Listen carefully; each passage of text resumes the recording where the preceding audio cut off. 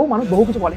মনের মধ্যে সবসময় একটাই মানে ঘটনা আমি ছোটবেলায় শুনেছিলাম। ওই ঘটনাটা আমার সবসময় মনে পড়ে। একটা ওই পুরানো যুগের একটা মানুষ ছিলেন। উনি ওই কাঁধের মধ্যে না ২ টো ভাড়া নিয়ে যেতেন। মানে যেতে করে জল নিয়ে যায়।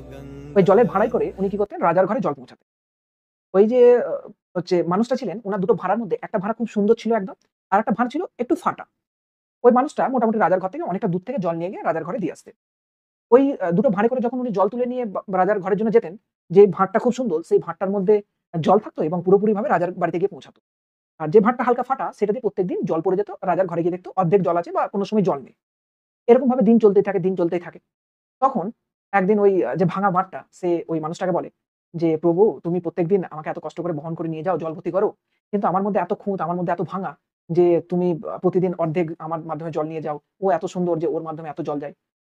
আর তখন ওই যে ভালো ভাঁড়টা থাকে, সে তখন অহংকার করে বলে, "দেখছিস আমি এত সুন্দর। আমি প্রত্যেকদিন যে আমাকে নিয়ে যায় তার আমি প্রতিদিন গুরুত্ব দিই, তার প্রতিদিন কাজ করে দিই।"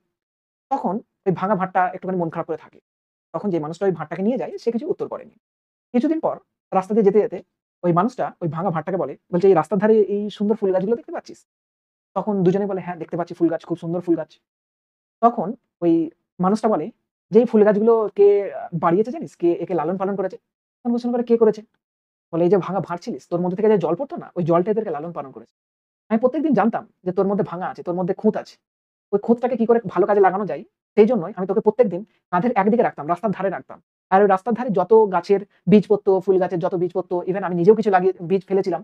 সেই বীজগুলো থেকে পড়ে বহুদিন ধরে এই গাছগুলো তৈরি হয়েছে।" ঠিক এই ঘটনা আমিও মনে রাখতাম।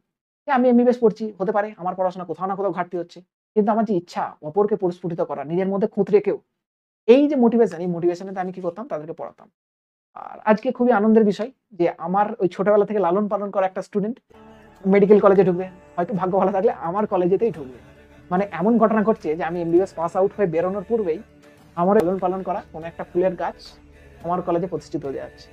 তো ২ মিনিটের আজকের মোটিভেশন এটাই যে তোমার মধ্যে বহু খুঁত থাকতে পারে। তোমার মনের মধ্যে যে ইচ্ছা থাকবে, এটাকে কোনদিন দমিও না। তোমার এই খুঁতগুলোই অপর কারোর জন্য প্রস্ফুটিত হওয়ার জন্য একটা অংশ থাকতে পারে।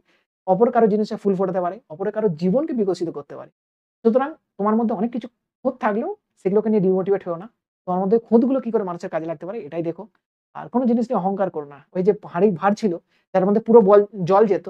হয়তো সে জলটা রাজার ঘরে পৌঁছাতো। কিন্তু রাস্তার ধারে যে এত সৌন্দর্য, এত ফুল বিকশিত করা, এটা তার ভাগ্যে ছিল না। সুতরাং যার মধ্যে খুঁত আছে, তার কিন্তু অপরের জীবনকে বিকশিত করা, প্রস্ফুটিত করারও কিন্তু ক্ষমতা থাকে। সুতরাং নিজেকে সবসময় মোটিভেটেড রাখবে।